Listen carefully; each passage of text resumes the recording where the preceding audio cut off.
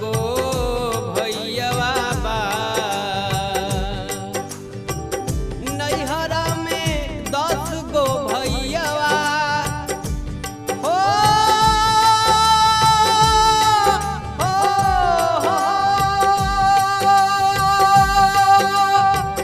नैहरा में 10 गो भैयावा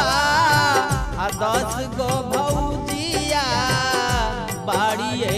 राम नैहरा में 10 गो भैयावा